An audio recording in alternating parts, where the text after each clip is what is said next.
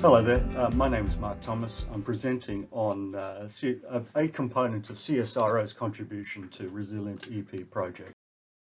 The presentation is in two parts. First one is optimizing site locations for new soil moisture probes across the EP. I'm going to give you a worked example, and I'm going to talk about mapping soil water spatially and temporally across farms using Adams and Wilkes farms as case studies, and my acknowledgement to co-authors Damien and Jake for that component of the work. There's underpinning principles, soils that run through the thread of the work I'm going to talk about. Soils and soil types and soil properties are predictable. They correlate with GIS information, environmental data. So, for example, geology, land relief patterns, climate organisms, and any signals from GIS you can get regarding time, so that's weathering history. All are helpful predictors for soil properties in a particular location. So as these spatial data sets can be used to predict soil properties, they co-vary with soil properties. So the word I'm going to use every now and then is going to be the word covariate. So covariate, co-varies, or it's an indicator or a helper to predict soil properties. And models apply covariates to map soil properties across landscapes. And a couple of examples above my head there show that. So the top one, for example, a top of a sand dune, and this is Therese's work. Soil textures are sandy, so the water holding capacity in those landscape positions are lower than those at the bottom where clay content is going to be greater. So we're using slope here. In this case, we could use slope as a covariate for water holding capacity. So we can use relief patterns, landform patterns, slope, for example. So the first part of the work is optimizing new soil moisture probes across the EP agricultural areas. And the question is, how do we add, if we wanted to, new soil probes to an existing spread? We want those new locations to be optimized so they cover soils that aren't already covered by the existing distribution or spread. And there is a methodology available to us called the HELLS methodology, which I'll talk through briefly here. Next. So HELLS stands for Hypercube Evaluation of a Legacy Sample. So it's split into two parts. So let's deal with the H. A hypercube is a statistical method of using those covariates. Remember, signals or indicators or covariates with soil properties to produce quantiles that are equally different. So it's a statistical approach. We're bunching the distribution of data into quantiles of sameness.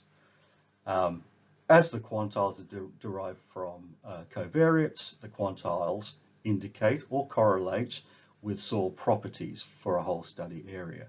So that's the E phase, the hypercube. Sorry, the H phase, the hypercube. The ELS phase takes those quantiles, checks their occupancy for existing sampling points, and assigns new sampling points to those quantiles that are empty. So the worked example here is, let's say we've got 20 quantiles, so the rainbow spread there. Imagine them as soil types. We've got 20 soil types. We assign the existing sampling sites to each of those. And in this case, so these are the big black numbers, sorry. One's got 1, another's got 3, another's got 1, blah de blah. But the important thing is you'll see that some of those quantiles don't have a sampling site allocated to them, which means there are no sampling sites that cover that representative soil type. So, say we wanted to add another 4 to that in this worked example, new 4 sampling sites. We will, through a ranking methodology, apply each of those 4 to new quantiles. And that's what I've tried to show in those big black dots. Yeah, so let's say quantile 1 is that 4th from the right. So the first gets fourth from the right, left. Sorry, first new site gets allocated to that, and then 2, 3, 4 until we've used up the available sites, and then those sites can be will be converted to an XY geographic coordinate, so a place on the map to stick those sites. Now this is designed for soil sampling, but think of the legacy sample points as existing probe positions, and the new sampling sites or new probe positions of the new sampling sites. Yeah, so each of those big dots with an arrow, think of that as a representation of where we would put the new sampling sites. Just quickly working through the workflow. So we choose covariates from the Eyre Peninsula. In this case, we use from the publicly available Soil Landscape Grid of Australia.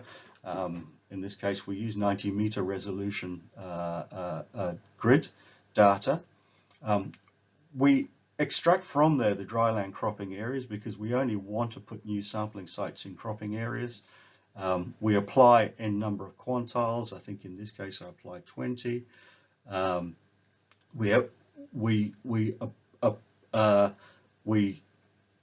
44. So that n number is 44, those existing sites. We apply those to the quantiles. We test which quantiles are over and underdone with probes. Now from that worked example previously, we saw that some were overdone. I think one had 3 quantiles by way of example.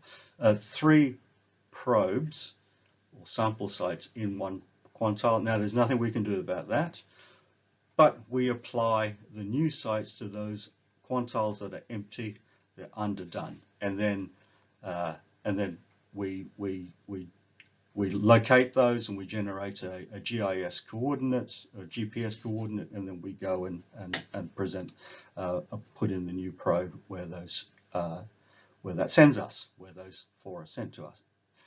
Now, I ran the exercise for 8 new probes using the existing data or existing probe locations from August 2000. So using that HELS methodology, we came up for the 8 new ones, those positions, the red dots. So yellow is existing, red is where we stick the new ones. And immediately we can see there's a strong bias towards the far west, where there are no or very little existing sampling probes located. So it's found that those soils over there are underdone. Equally, that area where there's Tuarang Cleve, I've done a little bit of work, and it appears that there's actually quite a lot of soil variability there. So that's covering off on that local soil variability. What do we learn? HELS method takes into account soils covered by existing probes and allocates new probes to the soils not covered. It's important to do this, I believe, because it avoids duplication. We don't want to stick probes into new sites because we want to ensure that farmers across the EP can benefit from the investment in new probes. And it's a strategic thinking we need to have. We need to realize the objective. We need to do this if we want to create a true network of probes.